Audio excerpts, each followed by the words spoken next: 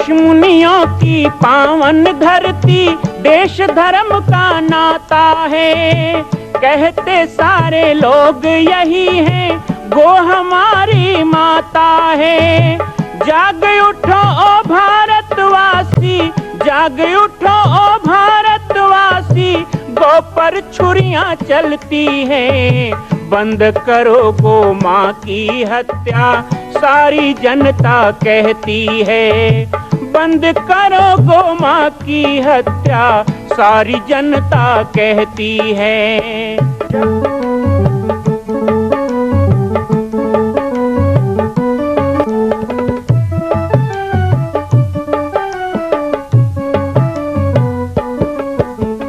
जगह जगह पर बूचड़ खाना, लाखों गौएं कटती हैं। किसे सुनाए व्यथा हमारी, नैना नीर बहाती हैं। रक्षा करना गौ माता की, रक्षा करना गौ माता की, गीता ज्ञान सिखाती है। बंद करो गो माँ की हत्या, सारी जनता कहती है। बंद करो गो माँ की हत्या, सारी जनता कहती है।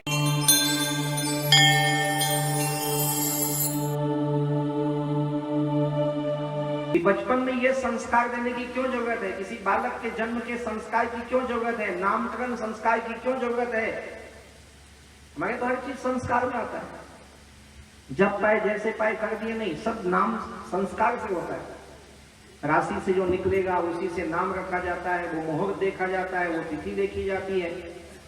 गर्भधारण संस्कार से लेकर अंतिम संस्कार तक होने वाले 16 संस्कार का हमारे जीवन में महत्व है। लेकिन कुछ नास्तिक लोग कहते हैं इसका क्या महत्व है?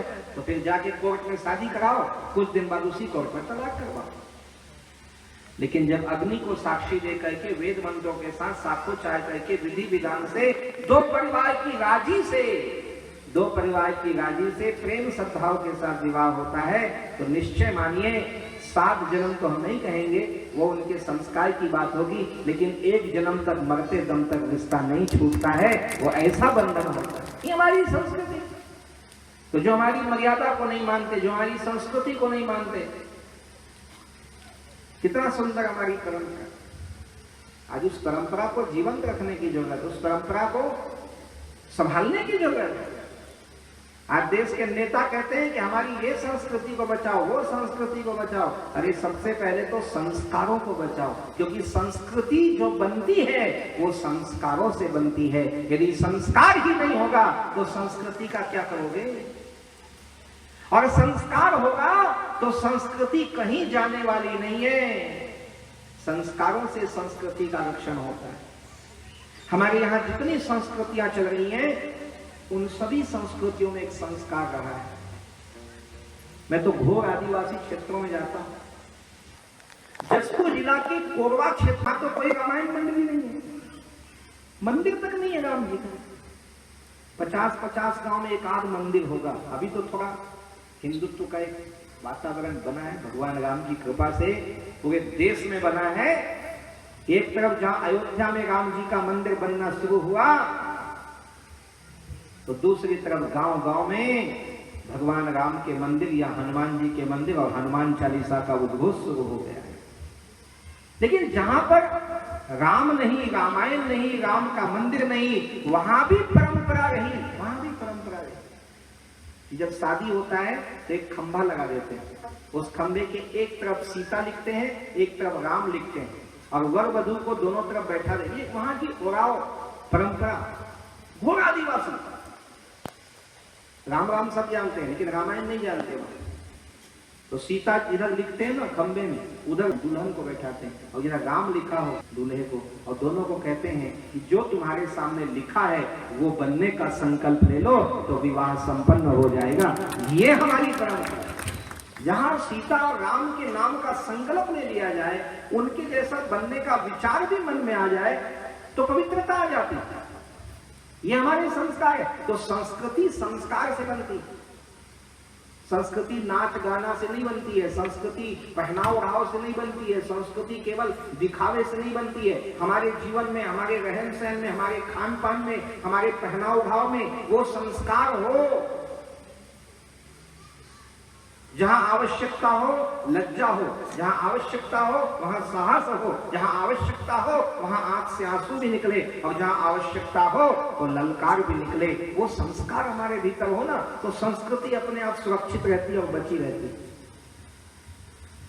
शायद इसीलिए जन्म के साथ ही वह गर्भधारण संस्कार, सीमंत पुंसवन संस्कार, फिर जन्म संस्कार, नामकरण संस्कार, उसके बाद मुंडन कराते हैं, क्षौर प्रक्षालन संस्कार, मुंह उठाना भी संस्कार करके, और किसी योग्य परिवार के बड़े बूढ़े से, सम्मानित जन से, संत को बुला के उसको प्रथम कौर देना। छठवें दिन, वैसे तो छठी जो होता है छठवें दिन होता है, क्योंकि छठवें दिन जो होता है कहते हैं कि बालक के श्रवण रंग खुलते हैं, सुनने की शक्ति है। तो छठवें दिन जब श्रवण रंग खुलते हैं तो उस समय उसके कान में कोई रामायण की चौपाई जाना चाहिए, गीता के श्लोक जाना चाहिए, भजन कीर्तन जाना चाहिए, बड़े बड़ों का आशीर्वाद जाना चाहिए। इसलिए षष्ठम दिवस में ही यह संस्कार किया जाता है। लेकिन श्रीमद् भागवत की कथा के अनुसार नामकरण का संस्कार आगे पीछे हो सकता है, लेकिन छठवें दिन का संस्कार किसी भी गृहस्थ को नहीं छोड़ना चाहिए। ध्यान रखिएगा, जो भी आगे के लिए बता रहा हूं, छठवां दिन संस्कार होना ही चाहिए। लेकिन नामकरण आप कुछ दिन बाद, जैसे आपातकाल में भगवान कृष्ण को जब कंस ढूंढ रहा था तो कहाँ किया गया उनका नामकरण संस्कार? तो गर्गाचार्य जी को बुलाया गया और रोहिणी के गोद में कृष्ण को बैठाया गया और बलराम को यशोदा के गोद में बैठाया गया। और कृष्ण और बलराम का देखो, बलराम जी तो कितने बड़े हैं उनसे, 1 साल बड़े हैं, 1 साल बड़े हैं बलराम जी, और भगवान कृष्ण जो हैं 1 साल छोटे हैं। लेकिन बलराम जी का भी नामकरण नहीं हुआ था, लेकिन छठवें दिन का संस्कार कर दिया गया। छठवें दिन का संस्कार वेद ध्वनि के द्वारा, भगवत कथा के द्वारा, गोदान के द्वारा, ब्राह्मण भोजन के द्वारा करवा दिया गया था। लेकिन नामकरण रोका गया था कृष्ण और बलराम का एक साथ गौशाला में, गोष्ठ में छुपाकर, और कम लोगों को, परिवार को भी नहीं बुलाया गया। पता नहीं चलना चाहिए, क्योंकि नवजात शिशुओं की हत्या कर रहा है कंस। तो जिस समय अधर्म अपने चरम पर होता है तो सनातन धर्मियों को बहुत धीरज के साथ, विवेक के साथ, समझदारी के साथ, अपना धीरज न खोते हुए काम निकालना पड़ता है। ये भगवान राम ने भी किया, ये भगवान को, उसको कायरता नहीं कहते, उसको डरना नहीं कहते, उसे बुद्धिमानी कहते। सहसा करी पाछे पछताही कहें, वेद बुध ते बुध नाही। तो नामकरण का थोड़ा आगे पीछे होना चलता है, लेकिन इसी तरह जो मुंह उठा करने का होता है, झालर करना या मुंडन संस्कार जो कहते हैं, फिर यज्ञोपवीत होता है, फिर विद्यारंभ होता है। इस प्रकार धीरे धीरे वो किशोर अवस्था की ओर आगे बढ़ता है। कर्ण छेदन भी संस्कार है, केवल लड़कियों का नहीं, सबका। हालांकि धीरे धीरे ये प्रथा बंद हुई, हम तो छोटे थे तो कान छेदा गया था, बाद में बंद हो गया। लेकिन कर्ण छेदन संस्कार पहले होता था, और कुछ अवस्था तक उनको भी कुंडल पहन, और हमारे तो जितने भगवान का देखोगे सबको कुंडल है, सबके कान में कुंडल है, पहनते थे। तो ये एक कर्ण छेदन संस्कार, ऐसे करके संस्कार धीरे धीरे बढ़ता है, और विवाह संस्कार होता है, गर्भाधान संस्कार होता है। उसके बाद में वो वृद्धावस्था में जब पहुंचता है तो वानप्रस्थ संस्कार है। चौथापन आ गया तो वानप्रस्थ संस्कार, कि भाई अब परिवार से मुक्ति दो, उसी को आजकल कहते हैं बाटा संस्कार। इसके लिए खून खराबा हो जाता है, मार कुटाई हो जाता है। पहले ये संस्कार पाना है तो क्यों ना बाल बच्चों को अधिकार दे दिया जाए, बंटवारा कर दिया जाए, जिसको जो हिस्सा दे दिया जाना है, और अपन मुक्त पाए, मुक्ति पाए। ऐसे भगवान का भजन करें, घर में रहे तो भी कोई जरूरी नहीं जंगल में जाए, लेकिन घर में रह के भी अब ज्यादा समय भगवान के भजन में लगाएं, समाज के काम में लगाएं, और चीजों में लगाएं। ऐसा सोच रहे थे। अब वो नहीं होता है तो जबरदस्ती हो गया घर परिवार में, तुम नहीं दोगे तो वो ले लेते हैं, हक ना मिले तो ले लिया जाए। ऐसा तो ये भी एक संस्कार है। और उसके पश्चात मृत्यु संस्कार होता है। तो इस तरह से 16 संस्कार हमारे जीवन में है। प्रथम संस्कार यदि आपने अच्छा नहीं किया तो अंतिम का संस्कार, अभी धान बोने वाले हो आप लोग, टाइम में बावत नहीं करोगे तो बियासी में क्या फायदा, और धान कहाँ अच्छा होगा। पहला संस्कार अर्थात बीज बोने का संस्कार, ये पहला संस्कार ठीक समय में किया जाए, अच्छे से किया जाए, तो फिर आपको आगे चल के अच्छा फसल मिलता है। इसी तरह बचपन से संस्कार भी खेती की तरह है, बचपन से सही संस्कार बच्चों को मिले। अच्छा, कुछ लोग सोचते हैं कि बच्चों को संस्कार देना, नहीं, आपको संस्कारित होना है। माता पिता यदि संस्कारित हो गए तो बच्चे देख देख के सीखना शुरू हो जाते हैं, देख देख के। एक शिक्षक स्कूल में बच्चों को बता रहा था कि गुटखा नहीं खाना चाहिए, सिगरेट नहीं पीना चाहिए, ऐसे सिखा रहा था।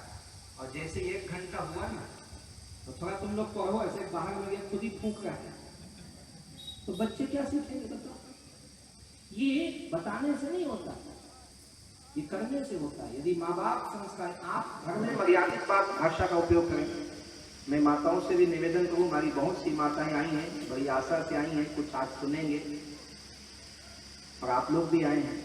मैं बहुत छोटा सा निवेदन करूंगा जो मैंने अनुभव किया है, और बहुत तेजी से बीमारी फैल रही है, कोरोना से भी ज्यादा तेजी से बीमारी फैल रही है, और वो है शब्द में नियंत्रण नहीं। गंदी गंदी गाली देना, रे बे साले, ऐसे शब्दों का उपयोग आप लोग इतना ज्यादा करते हो, क्यों करना? क्या गाली दिए बिना आपका काम नहीं हो सकता है? गाली देना भी फैशन हो गया आजकल, बहुत गलत है। छोटे छोटे बच्चों पे बहुत गलत संस्कार पड़ते हैं। आपके घर में कोई मेहमान आया है और आप उसके सामने गलत तरीके से कोई चीज कहते हो या करते हो, तो उसको कितना बुरा लगता है। जब आपके घर में कोई नया मेहमान आता है और वो होश संभालता है, वो सुनने की शक्ति प्राप्त करता है, वो देखने की शक्ति उसको मिलती है, तो घर में, परिवार में जब कटुता वो देखता है, जब लड़ाई झगड़े, गंदी गालियां और ये कान फोड़ू गाने सुनते हैं ये छोटे बच्चे, तो इनको कितना कष्ट होता है। एक तो कई योनियों को भोग करके वो जीवात्मा आपके घर में आता है, उसके लिए कैसा वातावरण बनाना चाहिए, ये आपकी जिम्मेदारी है, ये आपकी जिम्मेदारी है। आज यहाँ पे मैं आया, आपने मुझे स्वागत किया, मंच पे बैठाया, सम्मान दिया, तो ये मेरी जिम्मेदारी है कि जो आपके मन को अच्छा लगे, जो आपके विचारों को अच्छा लगे, जो आपको शांति प्रदान करे, मैं ऐसी चीजें आपको सुनाऊं, ये मेरी जिम्मेदारी। मैं आपको भड़काऊं, मैं आपको कुछ ऐसे बोलूं, मैं आपको उद्वेलित करूं, तो वो तो गलत हो जाएगा। तो जैसे ये मेरी जिम्मेदारी है, ऐसे एक परिवार की जिम्मेदारी होती है कि किस प्रकार का वातावरण आप उन नन्हे मुन्ने बच्चों को देते हैं।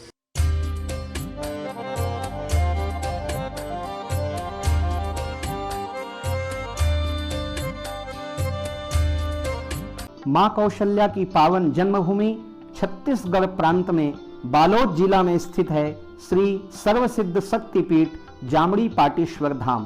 परम पूज्य सद्गुरुदेव राजयोगी बाबा जी की तपस्थली श्री पाटेश्वर धाम और विश्व के अद्वितीय मां कौशल्या जन्मभूमि मंदिर निर्माण का दर्शन करने और इसी प्रकार समसामयिक विषयों पर अपना ज्ञान वर्धन करने के लिए और 10,000 गायों के लिए बनने वाले श्री हनुमान नंदीशाला गो अभ्यारण्य का समाचार प्राप्त करने के लिए आप सभी देखते रहें YouTube चैनल पर राम बालक दास, और हमारे चैनल को आप सभी सब्सक्राइब करें, घंटी का बटन दबाएं ताकि आप सूचनाओं से जुड़े रह सकें। जय श्री राम, जय गौ माता, जय गोपाल।